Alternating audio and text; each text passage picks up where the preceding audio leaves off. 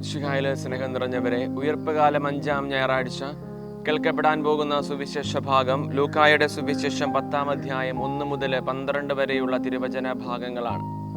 ഈശോ ഇങ്ങനെ 72 പേരെ തൻ്റെ സുവിശേഷം പ്രസംഗിക്കാനായിട്ട് പലയിടങ്ങളിലേക്കായിട്ട് അയക്കുന്ന വിശുദ്ധ ഗ്രന്ഥഭാഗം.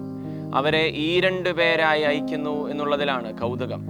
75 ഇടങ്ങളിലേക്കായിട്ട് പോകേണ്ടവര് ഈ 2 പേരെ ആയിട്ട് അയക്കുമ്പോൾ 35 ഇടങ്ങളിലേക്കായിട്ട് ചുരുങ്ങുകയാണ്.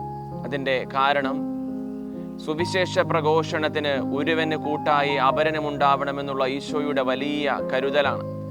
ഒരുവന് കൂട്ടായി, അത് സൗഹൃദത്തിലാണെങ്കിലും പരിണയത്തിലാണെങ്കിലും ദാമ്പത്യ ജീവിതത്തിലാണെങ്കിലും ഒരുവന് കൂട്ടായി മറ്റൊരുവനുണ്ടാവണമെന്നുള്ള ഈശോയുടെ വലിയ കരുതലും കാവലുമാണ് ഈ വിശുദ്ധ ഗ്രന്ഥഭാഗത്തിലൂടെ വെളിവാകുന്നത്. അങ്ങനെ 75 ഇടങ്ങളിലേക്ക് ആയിട്ട് പോകേണ്ടവര് 35 ഇടങ്ങളിലേക്കായിട്ട് തിരിയുകയാണ്. സുവിശേഷത്തിന്റെ 2-ാം ഭാഗത്ത് നിങ്ങളുടെ മടിശീലയിൽ ഒന്നും കരുതരുത് എന്ന് ഈശോ പറയുകയാണ്. അതായത് സുവിശേഷ പ്രഘോഷണത്തിനായിട്ട് ഇറങ്ങിത്തിരിക്കുന്നവരുടെ മടിശീലയിൽ, അവരുടെ ഹൃദയത്തിൽ ഈശോ എന്നുള്ള മൂലധനമല്ലാതെ മറ്റൊന്നും ഉണ്ടാവാനായിട്ട് പാടില്ല. നമ്മൾ ബാഡ്മിൻ്റൺ കളിയിൽ തുടങ്ങും അതിൻ്റെ ആരംഭത്തിൽ പറയുന്നതുപോലെ ലവോൾ, സ്നേഹം മാത്രമേ ഉള്ളൂ. ഇനി അതിൽ നിന്നാണ് നമ്മൾ കളി ആരംഭിക്കുന്നത്.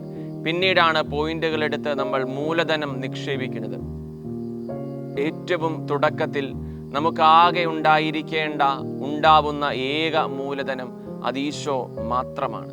മിശിഹ നമ്മെ സമൃദ്ധമായിട്ട് അനുഗ്രഹിക്കട്ടെ.